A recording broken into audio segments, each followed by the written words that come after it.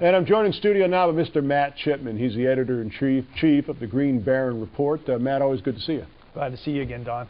Well, yeah, I'm glad you're here this week because this was, I think, a very eventful week here in the United States with what happened in Massachusetts. It seems to have taken the whole agenda of the Obama administration and the Democrat-controlled House and Senate and kind of put it on a teeter-totter. We don't really know what's going to be happening with respect to all of these policies they're trying to initiate.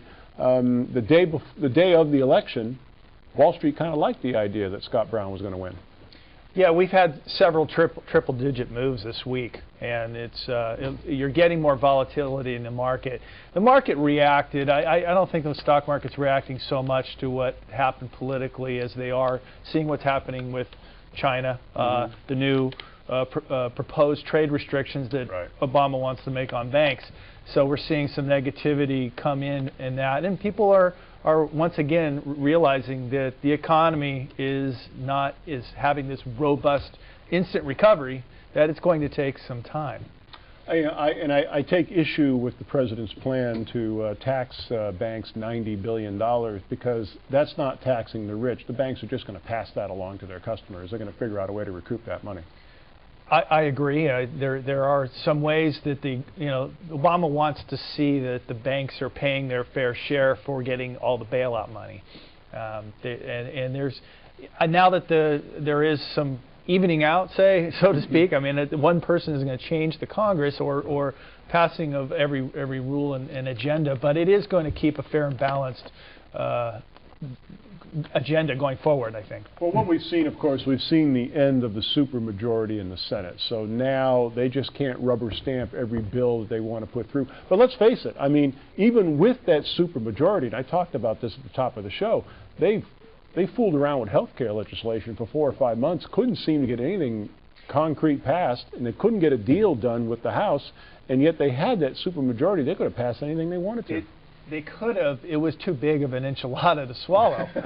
I mean, what they should have done, looking back on it, was to pass what they thought they could pass at the time and make it much smaller and take one problem at a time instead of trying to take the whole thing on. And I don't think Democrats, obviously Republicans didn't, but nobody liked what was presented. I don't even think they liked it, but everyone was trying to make it all happen at once, and you know that doesn't work. Well, let's face it. I mean, the Democratic candidate in Massachusetts had a 30-point lead at Christmas. And then the Republican candidate basically said, send me to Washington, I'll kill the health care legislation. In the bluest of blue states in the country, obviously, if Massachusetts didn't like the health care bill, the rest of the country doesn't like it either. No, they didn't. And we need to focus more on other things to fix our economy, I think, rather than trying to attack something that is going to cost a great deal of money if you're going to provide insurance to everybody. Not saying that should be done at some point, that we need to change the health care system. Everybody agrees it needs to be fixed, not this way. Well, the economy can be solved frankly with a 4-letter word, and it's J-O-B-S. I mean, this is what we're needing. We've got 10% unemployment official. It's probably closer to 15% unemployment. In some countries, it's over 20% unemployment. Some parts of the country, it's over 20% unemployment, depending where you are. Jobs are key. Today, that was another shocker. Unemployment filing for new claims for unemployment went up today for the first time since August, and that's scary. It's a wake-up call, and hopefully that'll be now the focus.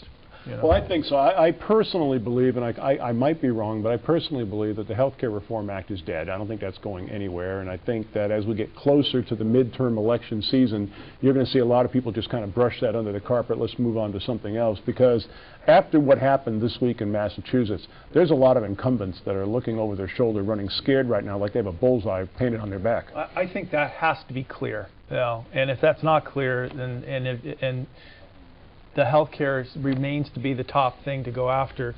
They certainly need to trash what they had and start over. And I think that's what's going to happen. Now, what you and I like to do, we like to look at opportunity. We like to look at entrepreneurship. These small emerging companies that could represent, big winners in the future. Got a little less than a minute left. If people want to know more about the Green Baron Report and what you bring to the table, what can they do?